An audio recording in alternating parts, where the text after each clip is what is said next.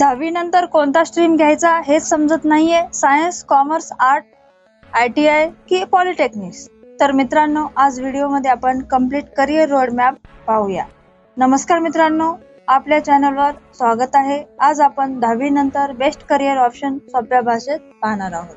पहिली शाखा आहे सायन्स. जर तुम्ही सायन्स घेतले तर तुम्ही डॉक्टर बनू शकता, इंजिनियर, IT क्षेत्रासाठी तुम्हाला याचा उपयोग होईल. यासाठी मुख्य विषय असतात फिजिक्स, केमिस्ट्री, मॅथ्स, बायोलॉजी.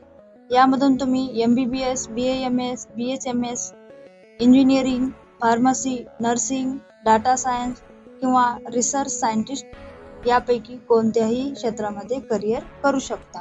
पुढची शाखा आहे कॉमर्स. यामधून तुम्ही बँकिंग, अकाउंटिंग, व्यवसाय क्षेत्रासाठी योग्य असे मार्गदर्शन घेऊन या क्षेत्रामध्ये करिअर करू शकता. मग त्यामध्ये CA असेल, CS असेल, बँकिंग असेल, BCom असेल, MBA असेल किंवा फायनान्स, अशा कोणत्याही एका क्षेत्रात तुम्ही करिअर करू शकता. पुढची शाखा आहे आर्ट्स. यामधून तुम्ही UPSC, MPSC ची तयारी करू शकता, टीचर बनू शकता किंवा जर्नलिस्टचा कोर्स करू शकता, लॉयर बनू शकता, सायकोलॉजिस्ट बनू शकता किंवा फॅशन डिझायनिंगचा कोर्स करू शकता किंवा हॉटेल मॅनेजमेंट याचा सुद्धा तुम्ही कोर्स करू शकता. तर ही सुद्धा तुमच्यासाठी खूप अशी चांगली संधी आहे. यानंतर पुढचे क्षेत्र आहे ITI.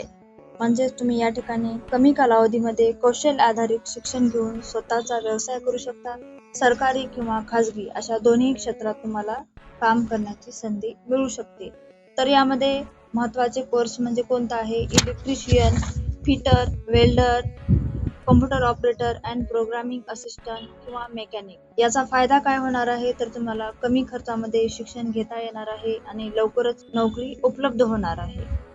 त्यानंतर पुढचे क्षेत्र आहे पॉलिटेक्निकल डिप्लोमा.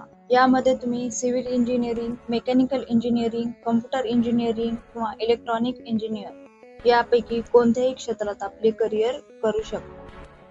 त्यानंतर आहे पुढचे क्षेत्र पॅरामेडिकल कोर्सेस. यामध्ये तुम्ही DMLT कोर्स करू शकता, नर्सिंग करू शकता किंवा एक्सरे मध्ये करिअर करू शकता, OT मध्ये करिअर करू शकता किंवा फिजिओथेरपी मध्ये सुद्धा तुम्ही तुमचे करिअर करू शकता.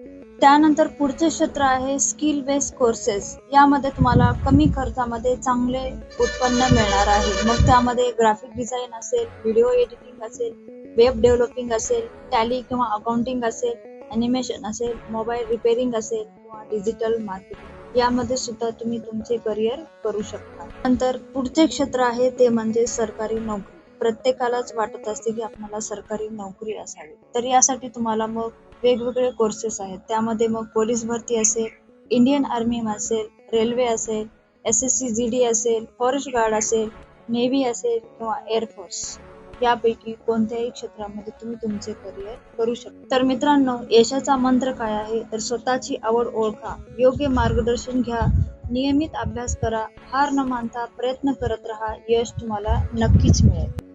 तुम्हाला कोणता करिअर ऑप्शन आवडला कमेंट्स मध्ये नक्की सांगा. व्हिडिओ युजफुल वाटला तर लाईक, शेअर आणि सबस्क्राईब करा.